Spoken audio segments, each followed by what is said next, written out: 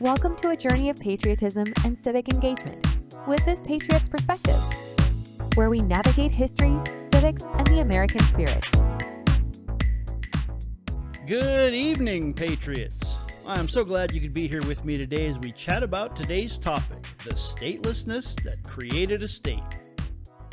Today is going to be the kickoff of a new series that we're calling Idaho Rewind, where we say the quiet part out loud. I hope to run this series in parallel with a regular podcast where we talk about local issues and how to deal with them as a civically engaged group. But fair warning, this fast-firing podcast thing is all pretty new to me, so it may be a bit of a rough go. However, I am going to give it my all and make it happen for you. The Idaho Rewind podcast will be a companion to a YouTube channel of the same name, Idaho Rewind, and in those videos I'll put up the references that I'm citing here in the audio. The whole point of the Idaho Rewind series is to bring Idaho's history to life and to show you how truly messed up state politics is. I have sitting here in front of me every Idaho session law and Idaho reports book from the very beginning of the state's history, and there is some seriously nutty stuff in these books. Now mind you, this is only Idaho, and I know for a fact that pretty much every state with a star on our flag has the exact same issues going forward. Politics has always been a cesspool. So you can either listen in here to this Patriot's Perspective podcast, or you can go grab a visual version at the channel on YouTube called Idaho Rewind. If I start having censorship issues on YouTube, which I'm pretty sure I eventually will, I'll start posting on Rumble as well, and since I know what is coming up here shortly, I'm guessing it won't take long before the censor algorithm will start trying to choke us out. In the last podcast, called In the Crosshairs, I talked a lot about statelessness and what it is. In case you missed it when you get done here, you should drop on back and take a few minutes to give it a listen, but the Crib Notes version is that statelessness is basically what it sounds like. To be a citizen of and live within a country, but to have had that birthright stripped from you by the government. This is a punishment and an exclusion from society, and it always has politically driven motives. Today's episode topic, the statelessness that created a state, crazily enough applies to the very beginnings of the state of Idaho,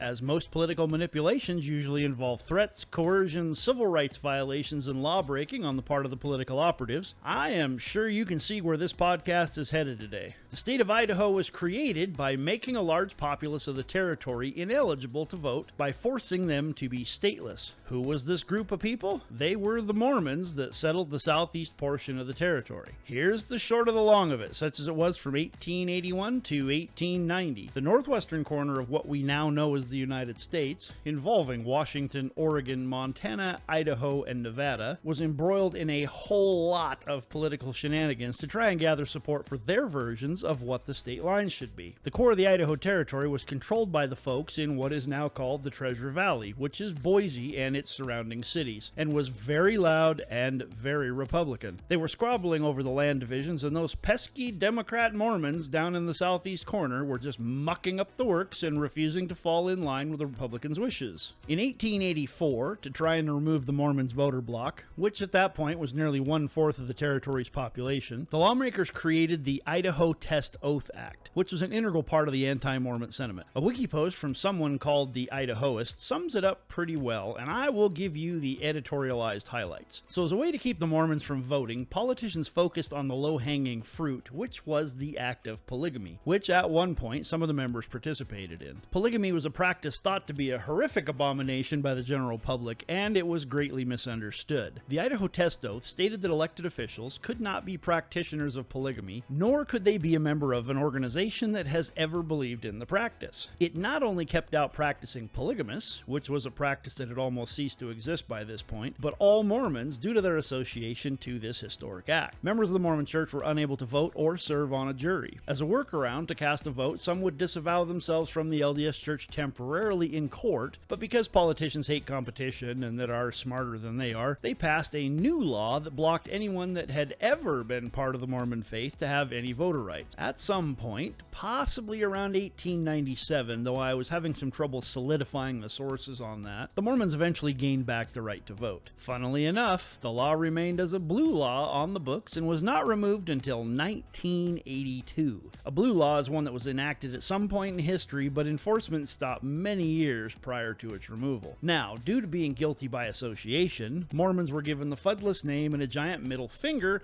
and the oath test was used as a tool to cut out the opinions and voting strength of a huge populace. So between the passage of that ridiculous political hackery, the test oath, and the adoption as a new state, the drama rolled on. One side pitting against each other, calling each other names, and using the word Mormon as a slur, things were kind of coming to a head. In our story, along comes Fred T. Du Bois. He had previously lived in Illinois, and in 1882, he used his political connections there to be appointed as the United States Marshal for the then Idaho Territory. This also made him the warden of the penitentiary, which had a slew of political leanings of its own and was nestled quaintly in the middle of the Republican stronghold at the core of the intended state. Being as he was from Illinois, a state that the Mormons had fled because of extreme persecution in 1846, he was full of hatred and was very open about his feelings for these people. He used his position as the U.S. Marshal to go out as a self-proclaimed polygamist hunter, and he was arresting all that he could find. By now,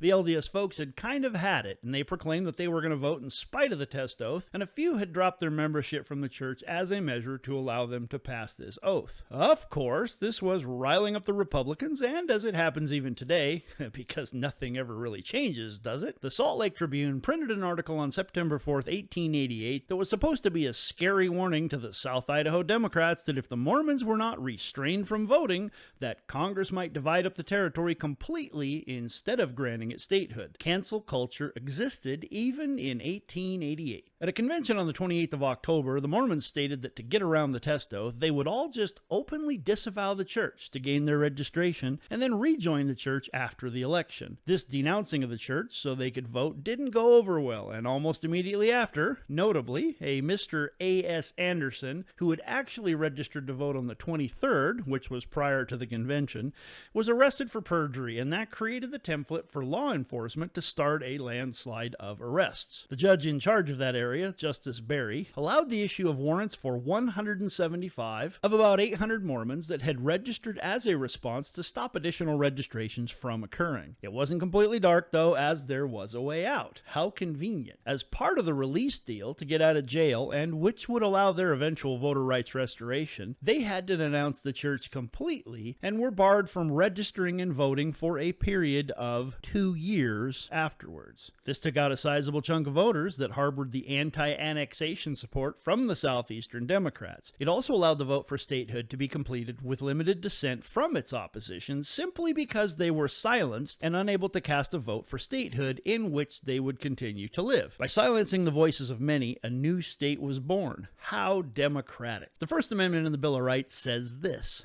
Congress shall make no law respecting an establishment of religion, or prohibiting the free exercise thereof, or abridging the freedom of speech or of the press, or the right of the people peaceably to assemble and to petition the government for a redress of grievances. Cornell Law explains that the First Amendment guarantees freedoms concerning religion, expression, assembly, and the right to petition. It forbids Congress from both promoting one religion over others and also restricting an individual's religious practices. It guarantees freedom of expression by prohibiting Congress from restricting the press or the rights of individuals to speak freely. It also guarantees the right of citizens to assemble peacefully and to petition their government. Now, how well do you think that amendment's being followed? I think it's been mostly ignored, and those that want power are trampling our rights. Let's start with a Kellogg, Idaho high school senior named Travis Lohr. As an outbound graduate, they are given an opportunity to pass on a couple sentences of wisdom for their fellow students. He chose to say that, quote, guys are guys and girls are girls, there is no in between. The principal told him he was suspended and banned from attending his graduation ceremony because his statement was offensive. This is ridiculous since all the biology books in that school said the same exact thing, yet they're not banned from the school grounds. To add a layer of smelly insult to what was already unconstitutional retardedness, when folks at the school staged a protest against his unconstitutional punishment, one of the bus drivers named Dakota Melu attended that protest and was subsequently fired for exercising his rights to free speech. Superintendent Lance Pearson had him called in and fired because he was a district employee assembling in support of the First Amendment. Apparently, in Kellogg, Idaho, if you are an employee of the government, government, the Constitution and the Bill of Rights are waived at the door, even if you are not on government time or funds. Worse than that, Idaho is a right-to-work state, and even though he was acting lawfully, they don't need an excuse to fire him. It isn't silencing him, but it is punishment for not being silent. I realize that this is arguably one and the same. Just 2 years prior, our own Idaho legislature in February of 2021 tried to slide a bill through that was to make illegal targeted picketing. This was bill number 195, and it said that you could not go and assemble, picket, and protest anywhere. The bill's writers said that picketing was creating an annoyance to private citizens and that it had no place in Idaho society. So let me get this straight here. It is constitutionally protected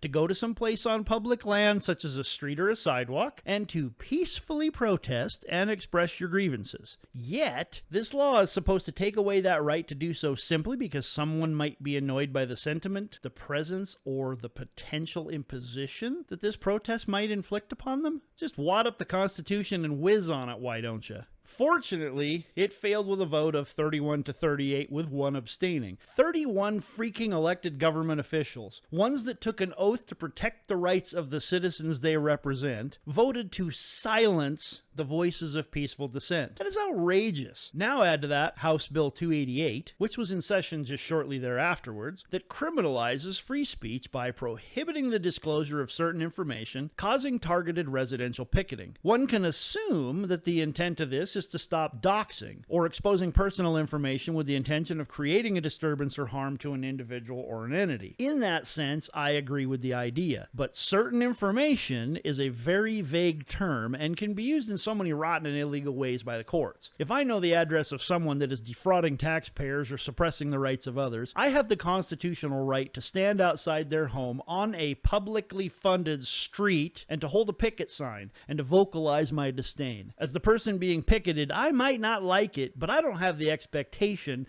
that I should be immune from such displays in assembly. That bill was eventually tabled, presumably since the bill that they were going to attach it to was shot out of the sky. You have a voice. I have a voice. We are granted the right to use it in any way we see fit as long as it does not bring harm to others. You getting your wussy little feelers in a knot because you don't like what I have to say is not protected just as much as I can't stop you from telling me in a rant-filled monologue about how you got your wussy little feelers bent out of shape because some meanie expressed their contradictory opinion. Free speech is exactly that. The state is seeing new attempts daily at silencing and canceling the voices that are trying to bring back the constitutionality that we were founded on. Statelessness is being inflicted upon the dissenters to prevent their voices from having any power. So many people are hyper-focused on the Second Amendment, but what they are overlooking is that if we lose the First, Fourth, Fifth, and Eighth Amendments, just to start with, the Second won't mean much of anything, because by that point, the Second will be your last resort and you might not live through it to enjoy it. The Second was supposed to be a deterrent to anyone trying to take away the others,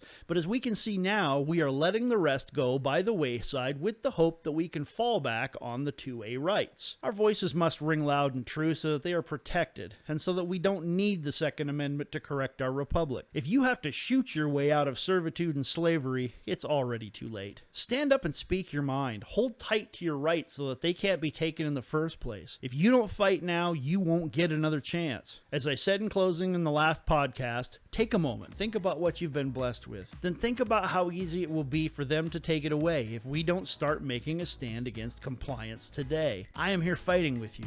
You are not alone. So I wanted to give you an exciting update and let you know that we're very close to having our donation platform completed. www.acsaidaho.org/donations. And within the next week or two, the ability to donate to the ACSA to assist us in our fight. But for now, always remember that knowledge is power, and you, as a citizen of this great republic, have the ability to create positive change.